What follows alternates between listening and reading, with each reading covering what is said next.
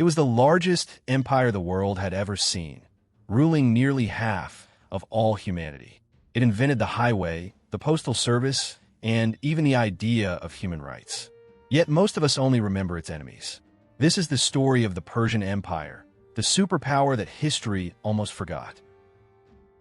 2,500 years ago, one empire ruled almost half of every human being alive. You have heard of the people who fought it. You have barely heard of them. It began with a single man on the edge of the known world. Around 550 BC, a minor Persian prince rose up against his overlords, the Medes. His name was Cyrus, and history would remember him as Cyrus the Great. In just a few years, this outsider overthrew his masters and made himself a king. But Cyrus was only getting started, and his hunger was enormous. He conquered the fabulously rich kingdom of Lydia and its legendary King Croesus. Then he turned toward the greatest prize of the ancient world, Babylon itself. And here, Cyrus did something almost no conqueror had ever done.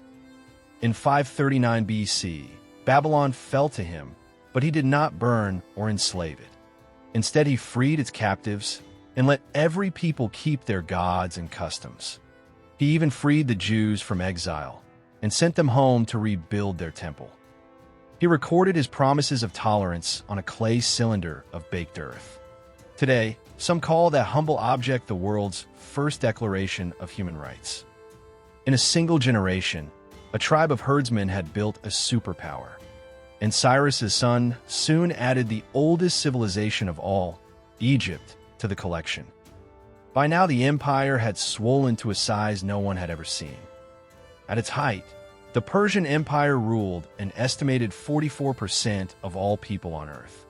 No empire before or since has ever held so large a share of humanity.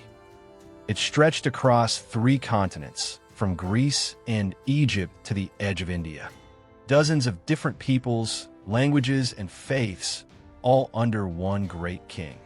The question was no longer how to conquer such a world, but how to rule it. The answer came from a soldier who seized the throne in blood.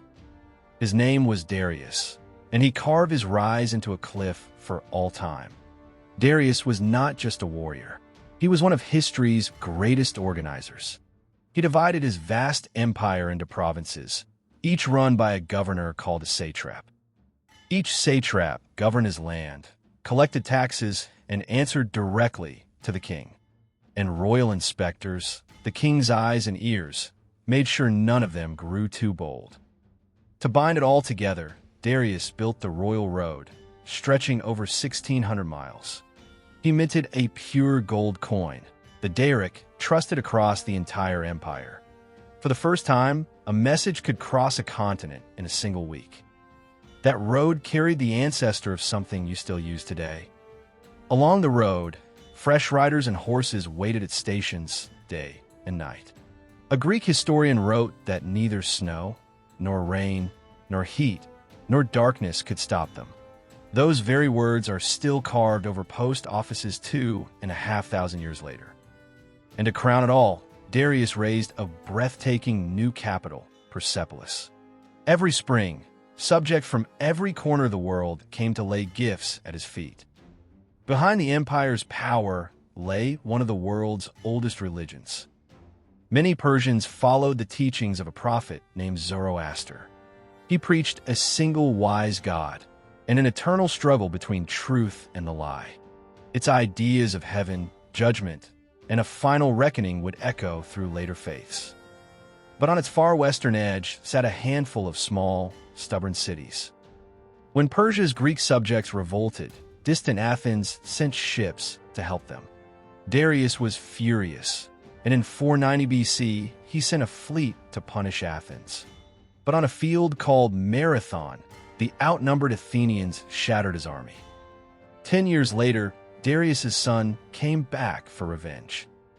Xerxes led one of the largest armies ever assembled into Greece. At a narrow pass called Thermopylae, 300 Spartans made their legendary last stand. Persia won that day and burned and abandoned Athens to the ground. But at sea, Off the island of Salamis, the Greek ships trapped and crushed his fleet. Xerxes withdrew, and Persia's dream of taking Greece was over. To the Greeks, it was the greatest victory in history. To Persia, a distant border war. Because here is what the movies never tell you. After Salamis, the Persian Empire did not fall. It endured for another 150 years. The empire's true ending came from an unexpected direction. In 334 BC, a young Macedonian king crossed into Asia. His name was Alexander, and in 3 great battles he broke the Persian army. The last great king, Darius III, was murdered by his own men as he fled.